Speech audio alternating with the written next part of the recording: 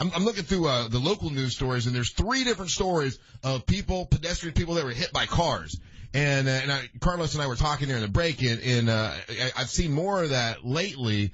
And we're the worst. If you're cutting in between cars and you're not going to the intersection to cross, and you get nicked by a car, I'm sorry, I'm not. It's going to be hard for me. It's going to be hard for me to defend that. I got some other theories though. But I mean, because remember, Carlos, you had the up to the top last week. Remember the charity? Oh, yeah, Crosswalks. Crosswalks. What's it, Thornton Park, whatever, that leads? You're exactly right. It's a big deal. Like, what was it again? It was, unfortunately, there's a lot of people, even in the College Park area, that get hit most in, like, almost the entire state. So it's a pretty bad problem. Yeah, so they were doing College Park is supposed to be one of the worst for getting hit by, by a car. They're getting ready to do, like, stings and everything, and just trying to make people aware of what, that was getting ready to go down there. Do you think it's because people are busy texting, not thinking about what they're doing? They just walk out in the middle of the road? Do you think they got their headphones in, or do you think just people are just not used all to of that. walking around? We talked about that last night, and we just came to the conclusion that they're douchebags. I said the same thing. I mean, come on, man. I don't mean to break it down or anything, Russ, but it's seemingly